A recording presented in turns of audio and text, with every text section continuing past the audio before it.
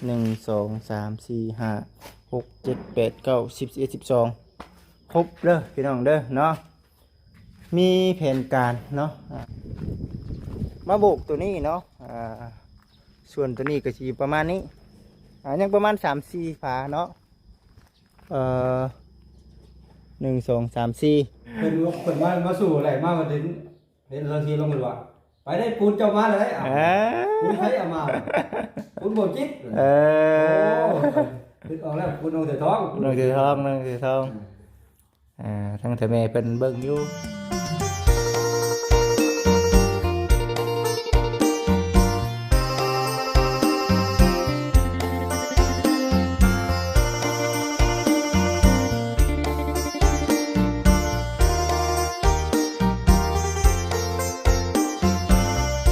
พี่น้องเอ้ยกับทักทายสบายดีกับสบายดี FC ทุกท่านฟังเราวฟังไทยทั้งต่างประเทศเด้อพี่น้องเด้อพ่อกับบ่จิตแล้วก็น้องจ้อยคือเก่ามื้อนี้ก็ได้น้องจ้อยเด้อเอาน้องเอ้ยสบายดีไปทางใดล่ะเอาเทบ่เด้อเด้อเอาเบิ่งน้องเพิ่นเฮ็ดหยังก่อนอันนี้เนาะเฮ็ดหยังนี่กับสร้างชงบ่กับสั่งชงเพิ่นตัวแหลดจ้านี่แหลดจ้าเลยพี่น้องเอ้ยเท่ยังก่อนนี่มันน้ำมันหงโอ้น้ำหงสบายดีโอ้มันให้มันเนินขึ้นแม่นบ่เวลาน้ำใดมันจังใดออกนอกเนาะแม่นโอ้เห็ดกำแพงเลยนี่เนาะโดยคนใช้ชิ่งล่างถวยได้โอ้คักงามเขาเท้าอยู่ได้นี่โอ้เนาะงามคักแล้วพี่น้องเอ้ยถือว่าจะเอาอ่างดังถวยมาใส่นี่เนาะตัวจิมาบ้านเจนี่เนาะงามได้สำนีก็งามก็ได้ล่างเบิกบานคนศาสตร์เข้ามาเนี่ยก็ได้เฮ็ดลงมือกัน2 คนกับทั้งน้องจ้อยมานี่โดยคือว่าได้รับข่าวดีน้ำแน่แม่นบ่โดยสังกะสีมีเรียบร้อยโดยเริ่มต้นเฮ็ดมื้อใดล่ะบาดแล้วเฮ้ยมื้ออื่นบัดได้ไปลงก้าคือกัดพี่น้องไอ้มื้อนี้ก็ยันในยุทธคือกันอยู่มื้อนี้มื้อเพิ่นแหละประมาณนั้นได้ไปลงก้าก่อนแม่นอยู่เนาะว่าเรื่องเทื่อก็สิได้มาเพื่อนลุงถวยก่อนมาจักแหละเนาะไปชาเดียวสิไปหาบ้านน้องถือทองก่อนเนาะมีเจ้าว่าเดี๋ยวสิไปคุยกับสังแก้วก่อนเด้อสู้เนาะสบายดีไปสันเด้อเนาะFC ทุกท่านดีใจน้ำน้องจ้อยเพิ่นน้ำแน่เนาะมีแต่ผู้ได้รับข่าวดีเดี๋ยวมื้อนี้นะทั้งบ่จิตเองเนาะสิได้มอบเนาะ FC ทุกท่านปูนเนาะให้กับทั้งน้องถวยทองพอดีว่าทั้งทำแม่เพิ่นเนาะท่านเก่าท่านเดิมเคยช่วยทั้งน้องถวยทองน้องไซลาตลอดมาวันนี้ก็เลยว่าซื้อปูนเนาะแม่เพิ่นฝากเงินมาซื้อปูนให้บุกนั่นแหละพี่น้องเอ้ยบุกปูนเนาะให้กับทั้งน้องถวยทองเนาะเป็นอย่างไรก็รอเบิ่งรอชมไปน้ำกันเนาะก็เดินก็ขอขอบคุณทั้งทำแม่หลายๆได้แม่เด้อเนาะที่ว่าให้ทั้งลูกเองเป็นสะพานบุญให้ซื้อปูนมาเมื่อนี้เบิ่งดูเนาะว่าน้ำกันว่า12 ศพได้ทั้งทำแม่เพิ่นก็นับน้ำกันอยู่1 2 3 4 5 6 7 8 9 10 11 12 12 ศพ12 ศพบ่พี่น้องเอ้ยเบิ่งดูได้เนาะ12 ศพพี่จิคิดว่าคือเห็น11เนาะพี่12ทั้งตัวนี้1 2 3 4 5 6 7 8 9 10 11 12ครบเด้อพี่น้องเด้อเนาะมีแผนการเนาะว่าสิมาโบกเนาะก็เย็นแล้วบัดนี้ฝนสิตกแล้วพี่น้องเอ้ยนี่เนาะเบิ่งคือปูนนี่น้ำมาแล้วพี่น้องเนาะ12สิมาโบกตัวนี้แหละมาโบกตัวนี้เนาะส่วนตัวนี้ก็สิประมาณนี้ ยังประมาณ3-4ฝาเนาะ1 2 3 4สิได้โบกตัวนี้ให้มันสำเร็จเนาะถือว่าโอ้ดีใจนำจังเลยดีใจนำทั้งน้องๆเพื่อนแต่ว่าเงียบเงาได้พี่น้องเนาะเดี๋ยวจะไปถามเบิ่งทางสังเกตก่อนเพื่อนน้องสวยทองก็ถือว่าใกล้สิสำเร็จแล้วคือสิโอเคละพี่น้องเอ้ยมื้อนี้ก็ได้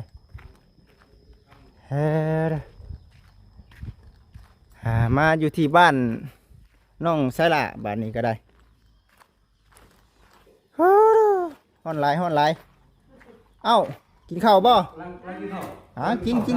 พอดีแหละผมพาน้ำกันเลยมื้อนี้เอาสบายดีเมนูแกงเห็ดคือเก่าแกงเห็ดเมนูแกงเห็ดมาพี่น้องกินน้ำกันอาหารบ้านๆเฮาแกงเห็ดตัวนี้ไม่ยังตัวนี้ควายแลนโอ้ยเป็นแต่แซ่บแค่กอยเลนเนาะชิมดูเอากินเลนชื่อบ่ชื่อเขามาขายให้คือเอาซั่นเอาเห็ดได้แล้วว่าปูนนั่นเห็ดแล้วเนาะทั้งเธอแม่เพิ่นนั่นแหละใส่ซื้อมาให้ถือว่ากล้าว่าพ่อโยบุกเฉพาะบุกพอเนาะบุกแล้วก็ใช้เฮาได้อยู่แม่นบ่ใช้เฮาก็น่าจะได้อยู่พี่น้องเอ้ยเนาะว่าเอ้าว่าซั่นตอนเพิ่นเอาลงบ่ได้ถ่ายคลิปให้กับ FC ได้เบิ่งมาบ่ทันเดี๋ยวมาลงน้ำเพิ่นเดี๋ยวมาลงอยู่บ่เอาถือว่าดีใจนำกินน้ำกินไหนก่อนก็ได้อิ่มเลยเอาเนาะ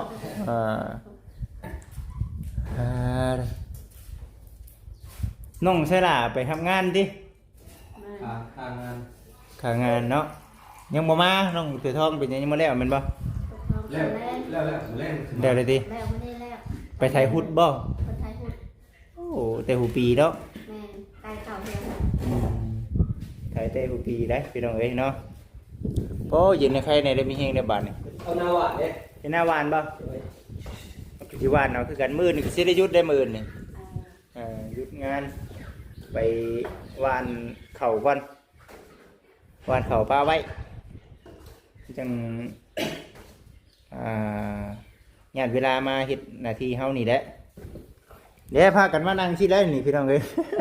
บ่ได้ยอมมาสาดเลยนี่เนาะนั่งเพื่อนนั่งเลยโยหมู่พานั่งก็นั่งคือกันเลยพี่น้องเอ้ยนี่เด้เนาะของมันก็กินข้าวสวยลายเวียดแน่ครับเล่นใต้เล่นเหนือเนาะยามนามาแห้งคักนะบัดนี้เล่นใต้เล่นเหนือนั่นแหละจังว่าเอาปูดมาก้อนว่าซั่นพอให้ทั้งสังแก้วเฮ็ดท่าเฮ็ดเลยสังแก้วเด้อเนาะยันว่าคือเวียกคือเฮ็ดนั่นแหละบ่จิตบัดฮอนยามนาแล้วหั่นนะคือเบิ่งทั้งนั้นสังสีมุงหานนวีแน่นี่ก็ได้แล้วสังสีมาฮอดแล้วติฮอดแล้วยังไม่เขาผสมส่งแรงไม่ก็มีอ๋อไม่ขาวเด้ไม่ได้สิญัวเหลือแต่สิญัวให้เขายังหลายบ่ได้ก็เวียกหลายมื้อนี้เนาะคนเลยพี่เอาตัวลงมาตัวนี้ปูตัวนี้ก็มาแรงเอาลงที่บ่จักเลยนะบ่จิตบ่ได้บอกเลยนะพี่น้องเอ้ยเนาะเซอร์ไพรส์เลยเป็นมาสู่อะไรมาถึงเห็นสักทีลงเลยว่าไปได้ปูนเจ้ามาเลยปูนใครเอามาปูนโบจิตคือออกแล้วปูนน้องถือทองทั้งเธอแม่เพิ่นเบิ่งอยู่เพิ่นก็เบิ่งอยู่ว่ายังบ่ทันได้ร้านเลยกินลูกชิ้นเนาะเบิ่นมักได้ของโปรดได้ลูกชิ้นของโปรดเนาะวันนี้ก็เลยแจ้งเลยแหละแบบบ่แม่นว่าแจ้งนะพอดีว่าบ่จิตเองก็ได้พากันนั่งเว้ากับทั้งเอื้อยเวียดเพิ่นเนาะพากันไล่ของนี่คือไล่ราคาไว้ซื่อประเภทพวกประตูบานพุ่งบานพับน้องอันนั้นน้องชายได้น้องชายหล่าน้องเสือทองหลายพี่น้องเอ้ยเนาะนี่เด้ตกอยู่12 ล้าน12 ล้าน1 แสน12 ล้าน1 แสน37,000 นี่คือครบราคาเด้อราคาประตู ตามประตูเนาะ แม่ ทำอะไรก่อนพ่อ แม่ว่าครบเบิดได้เออ แต่เงินประทานมา เงินบ่มี แล้วไรมูลค่าชื่อเนาะ โอ้ไรไว้ให้แล้ว ไรไว้ เออก็เลยว่าเอ้ามันปูนเฮาไปชื่อปูนได้เมื่อเช้านี่ไปชื่อปูนแต่กระเทินได้เข้าไปห้านเพิ่นน่ะถามเบิ่งเบิดบัดนี่ว่านั่น เท้าไรเลย แม่ถามไรเบิ่งว่ามีหยังแน่ว่าซั่นน่ะนะพี่น้องเอ้ยก็เลยให้ทางร้านเพิ่นไล่ให้ครบเบิดทุกอย่าง เรียกว่าป้าเลยตัวนี้ขนมมาวะ ขนมมา โอ้โห แม่น ป้าเลยตัวนี้บุญมาเอ้ย ก็ตกอยู่12ล้านปลายเนาะแม่น สะพานประตูเนาะ จะบานประตูอย่างเกาะกรล็อกเล็กครบเบิดทุกอย่าง เป็นท้องกันนองหลัก แม่น กันนองหลักก็มีอยู่ แม่น เจ็บสี่ แม่ ไปนึง แม่นที่ว่าไล่เบิ่งเบิดแล้วว่าซั่นน่ะนะตกอยู่ใน12ล้านปลายอยู่ในคลิปเดียวนี่เด้อพี่น้องเด้อเนาะมาแจ้งราคาพร้อมแล้วก็เอาปูนมาส่งตัวนี้นะมีแต่งบอันน่ะปูนเฮาเท่านั้นแหละมีแต่ว่าเฮ็ดถ่าไป ว่าจะไหนว่าเห็นไหลว่าบ่คิดคือบ่มาว่ะเงินเข้าแล้วเนาะ เงินก็แล้วไว้ให้ได้ดิ เนาะ แม่น ตอนนี้เงินเด้อ ยังบ่ทันมีเด้อพี่น้องเด้อเนาะมีแต่ว่ามาแจ้งราคาไว้ก่อน จะได้ว่าโอ้คือบ่มาใช้หรอ แม่นถือว่าเอาใกล้เลยนำหม้อเจ้าจันกันก็มาแล้วเฮาบุกขึ้นบุกชันแล้วก็ถือว่าอู้เติมหนึงได้เนาะเอาประตูมาใส่บัดแห้งคือบัดนี้เนาะก็เลยว่า เราทำมีกะโลก็อยู่ได้แล้วสบายปันประตู แม่นเรื่องสีเนี่ยก็มันก็ถามว่าจำเป็นบ่มันก็บ่ปานใดแต่ว่าคันมามีก็เฮาก็ท้าเนาะคันบ่มีก็บ่เป็นหยังเนาะมันก็มีหลายครอบครัวอยู่เด้อันนี้มันก็ขึ้นอยู่กับผู้รักผู้ใหญ่เพิ่นเพิ่นอยากซื้อให้เพิ่นก็สุดแล้วแต่น้ำจิตน้ำใจเพิ่นตัวนี้แต่ว่าในเฉพาะเฮาโบกแล้วประตูมีกะโลมีมันก็ถือว่าสมจากโอเคได้เนาะคือเพื่อนแม่น โอ้ยปูกะโลมันก็นั่งบ่เพื่อนคนแล้ว แม่นอันนี้ได้เนี่ย อย่าขาย คือแบบนี้ได้นี่ยังบ่ปานใดเนาะยังอยากขี้ฝุ่นอยู่เพื่อนมันก็คือว่าบ่ได้จังได๋จังนึงคือแบบนี้ได้นี่คือว่าคือรถน่ะเห็นบ่เฮาปูกะโลบ่กล้าทางไฟอยู่แล้วทางไฟต่างหากเด้อ แม่นมันต่างต้องเอาไปจู้อยู่นอก โดย เฮ็ด ปูกะโลอยู่ดังไฟใส่มันดำแล้วมัน แม่นเฮาต้องเฮ็ดเฉพาะสังกะสีต่างเนาะสังกะสีต่างแล้วก็บ่ต้องก่อบัดนี้บ่ต้องก่อ มีแต่เห็นธรรมดา เฮ็ดแบบคือน้องจ้อยก็ได้เอาธรรมดาแบบว่าบ่เฮาก็บ่ออกลายปานนั้นสังกะสีนะเฉพาะจุปืนจุไผซื่อนะแม่น เติบพอมุงน้อยหนึ่งก็ยานะ แม่น ดังไฟ พอเลยดังไผแหละเฮ็ดเฮือนงามมันบ่กล้าจุไผใช้เนาะโอ้ผู้ใหญ่เพิ่นอุตส่าห์เฮ็ดให้งามได้อบัดเฮ็ดให้มันดำอีกขึ้นไปนี่ซะ มีแต่หาเตาแก๊สแล้วมาดัง นอกจากว่าเตาแก๊สมันบ่ดำ ตาซีงามปูกะโลงามมันดังไฟมันเป็นแล้ว แม่นเพื่อนบ่จิตแล้วบ่อยู่เนาะสังกะสีงามจุบ่ฮอด3ปีเด้ ชอดเด้ โอ้มันอย่างควันไฟเลย แม่นชอดแล้วก็เหยียบเฮาเหยียบสังกะสีน่ะพลอยได้บัดพลอยกอกสังกะสีก็ได้โอ้ หัวแล้วแบบเนาะ หัวจังว่าซื้อสังกะสีไปเปลี่ยนมาอีก ต้องได้เปลี่ยนเรื่อยแหละ คือจุ่มหัวเกินหัวนะเก่งว่าบนนั้นว่าตู้เย็นน่ะ ยังบ่ได้แก้เว้ยโอ้ยวืดพาเพิ่นลูกใจแล้วเนาะ แม่นตอนนี้ก็บ่มีไผอยู่เฮือนเนี่ยมีแต่เอาพยางปกไว้อันนั้นจึงว่าผ้าเอาเฮ็ดอันน่ะห่านให้มันแล้วไปไว้ว่าซั่น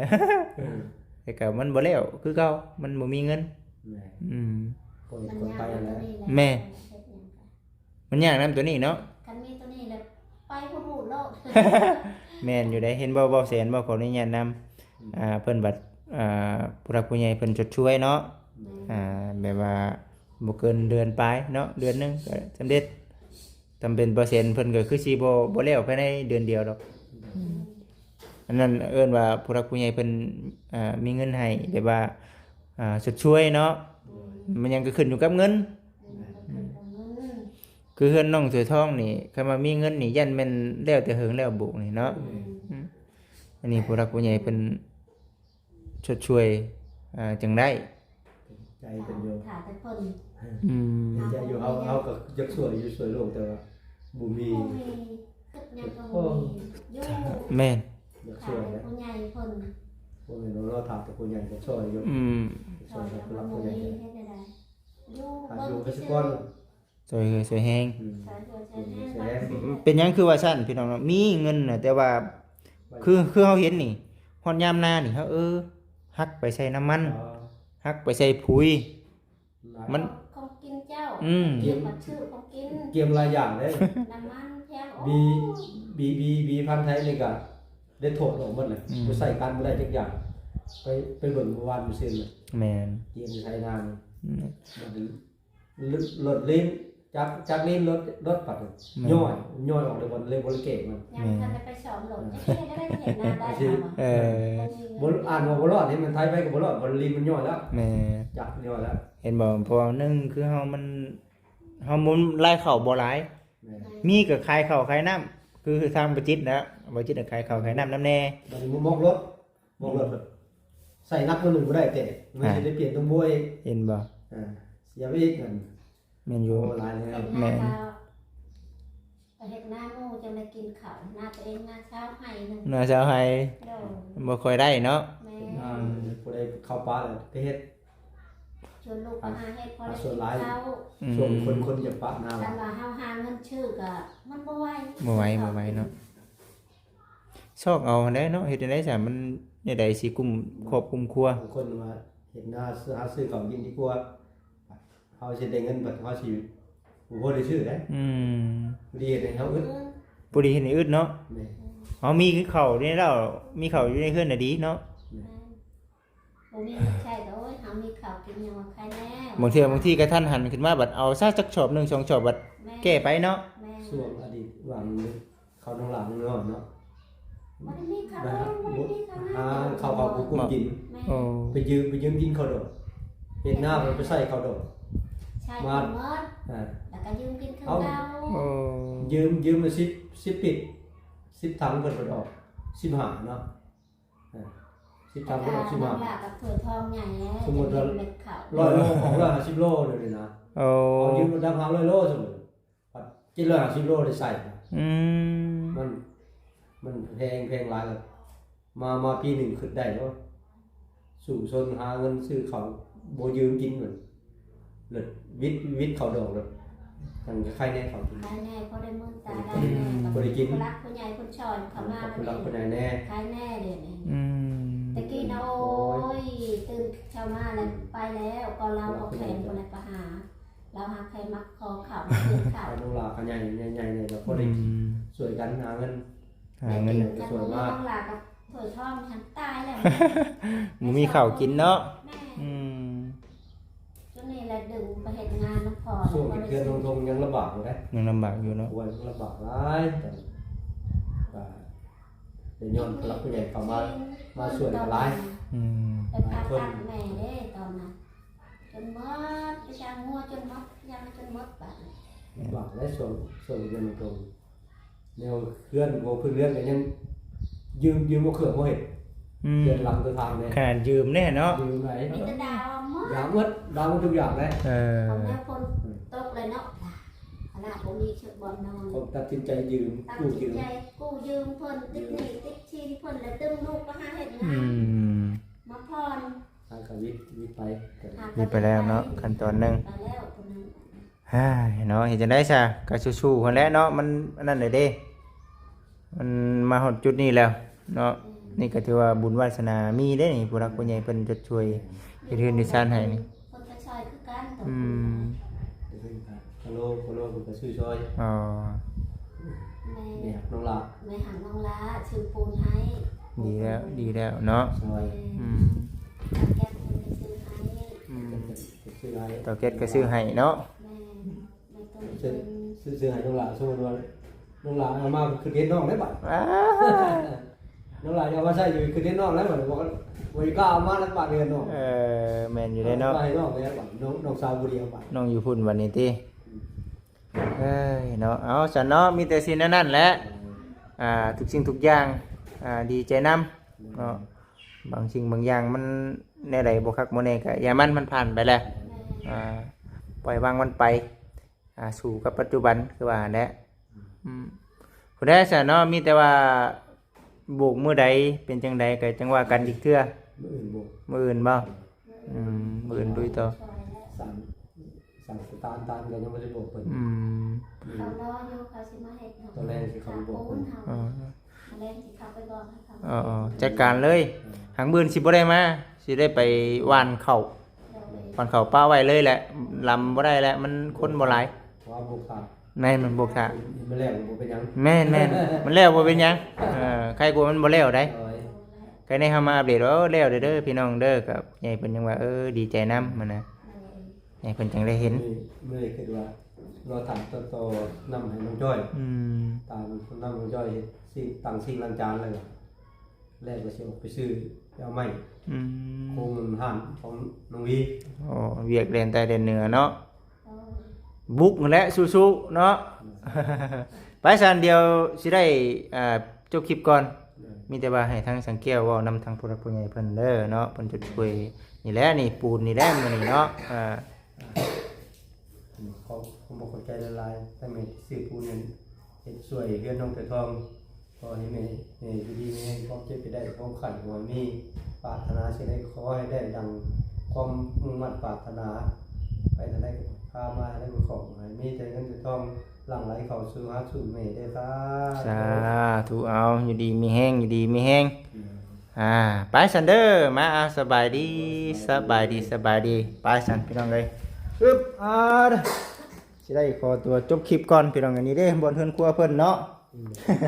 จูเด็ดจูดงกันนี่เด้นี่ต่อไปนี่เด้ดำนี่แถวนี้ เริ่มจะได้ออกนะ ออกนะ คนตกเช้าก็จะออกน้ โอ้ยมันหักคือว่าได้ย่ามผ้าย่ามผลมาเลยจังหน่อยแม่นเอาเข้า ำเขาไปเบิ่งเขาก็เตะเลยก่อน ลงจ้อยเทตัวนั้นเนาะไปซันเดอร์ FC เด้อเนาะจังใดก็ดีใจนำทางน้องๆเพิ่นเนาะที่มีผู้รักผู้ใหญ่เพิ่นช่วยผู้ใดเดียวบ่จิตเองสิได้จบคลิปก่อนเนาะจังใดก็ขอให้อยู่ดีมีแฮงเด้อเนาะผู้รักผู้ใหญ่เนาะที่ว่าช่วยในเรื่องของทางน้องเสือทองน้องแสละเนาะแล้วก็ผู้รักผู้ใหญ่ทุกท่านเนาะที่ว่าช่วยเหลือครอบครัวผู้ที่ว่าตกทุกข์ได้ยากเนาะจังใดก็อยู่ดีมีแฮงเด้อเนาะร่ำรวยสุขภาพเข้มแข็งเนาะสำหรับคลิปนี้ขอกล่าวคำว่าสบายดีเด้อพี่น้องเด้อ